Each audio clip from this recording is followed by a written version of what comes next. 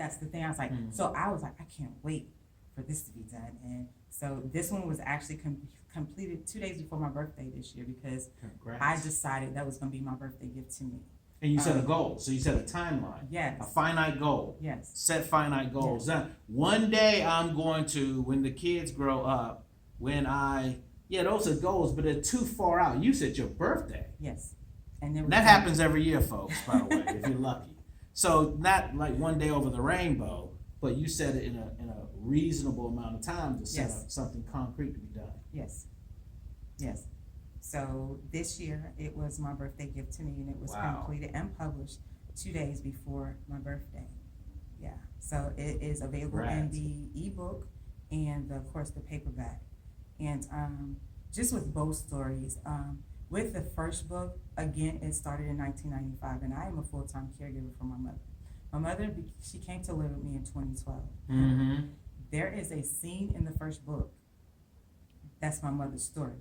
I had no idea what I was writing when I wrote that story, or that particular medical situation that happened that's in Farther Than the Eyes Can See. It is now part of my life. Wow. And it became part of my life in 2012, and that became available to people in 2013. So it was already written.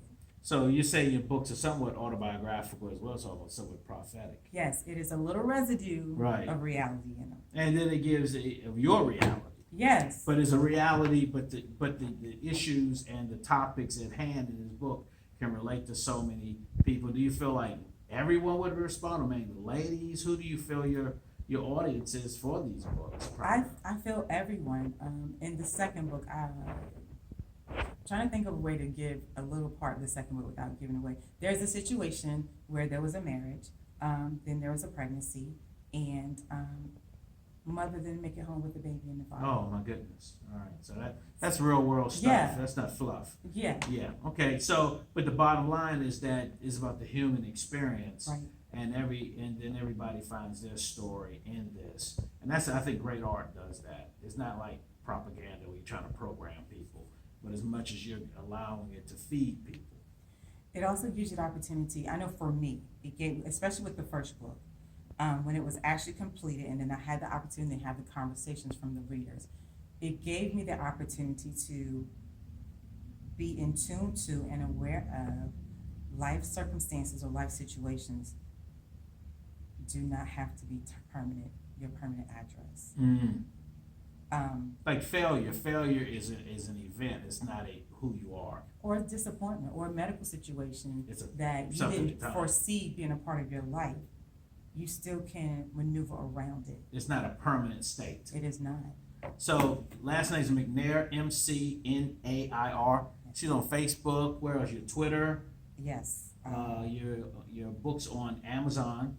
Yes. So we can follow you on social media on Facebook. Yes, that is correct. Okay, so Delanda McNair, Delanda McNair, on Facebook as well as on Twitter, and our books on Amazon. What would you want to say to these good folks? I got a good number of people to see my vlog posts, and also on Facebook. What would you want to say to them specifically about going after what they want?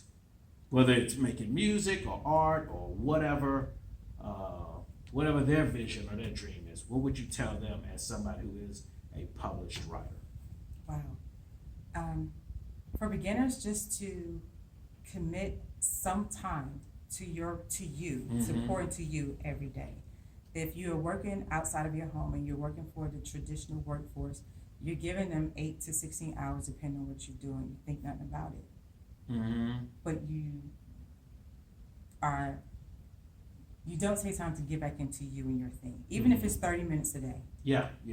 What I had to do, because I was working full-time at work outside the house and then coming home to take care of my mother, what I decided to do is every lunch hour doing work, I was working on my book. On Saturdays and Sundays, or mostly Saturdays, I would check in with my mother first thing in the morning, get her medicine, and then those next 2 hours after that, it was my book time. And then at the end, as it got closer to completion, I was finding time at the end of the night, 30 minutes to an hour.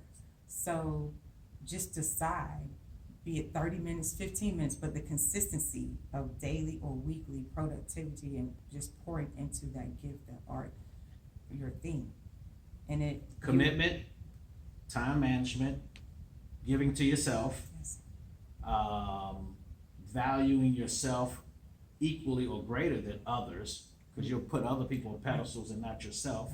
Right. And we're conditioned to do that, and it's not a bad thing to be generous or to take care of It yourself. isn't. It just has to be a balance of Right, it. right. Not all me and not all them. Correct. And so all those elements, then those are the practical things that put you in the place to make the book. But what about when somebody's scared? You'd be amazed how many people are fearful of what other people think.